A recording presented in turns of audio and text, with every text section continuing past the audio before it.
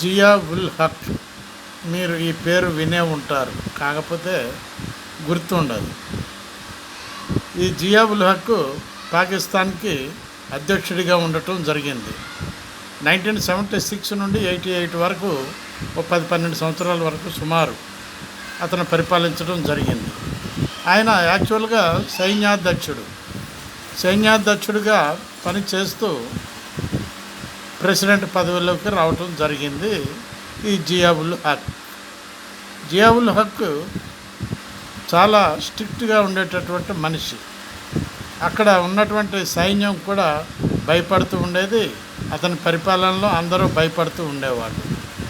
అయితే అతని బాధ ఏ విధంగా విరుగుతుంది, ఈ బాధ ఏ విధంగా విరుగుతుంది, ఈయన ఏ విధంగా పోతాడు, మనం ఎదురు తిరగలేము ఈయనకి ఎట్లా అనేటటువంటి ఆలోచన అక్కడ ఉన్నటువంటి మిలిటరీకి కూడా వచ్చింది. ఆ టైంలో మంచి మామిడి పండ్ల సీజన్. అయితే ప్రెసిడెంట్ గారికి మామిడి పండ్లు ఇవ్వాలని చెప్పి కొంతమంది మామిడి పండ్లు తీసుకొచ్చి ఫ్లైట్ ఎక్కించడం జరిగింది.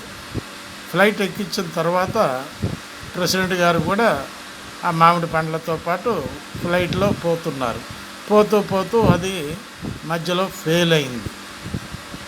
అంటే మామిడి పండ్లలో బాంబులు ఉన్నాయి, ఆ బాంబులతోటి అది ఫెయిల్ అయింది. చివరకు ఇతని మనిషి యొక్క ఆనవాలు దొరకలేదు.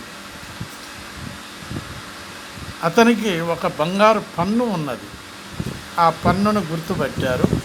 ఎస్, మనిషి ఎక్స్పైర్డ్, మనిషి లేడు అనేటటువంటి నమ్మకాన్ని తెచ్చుకున్నటువంటి మిలిటరీ సిబ్బంది ఆ విధంగా చనిపోవడం జరిగింది ఆ జియా ఉల్ హక్ గారు. ఆలోచించండి ప్లీజ్. బాలసాని వీరప్రసాద్, హైదరాబాద్.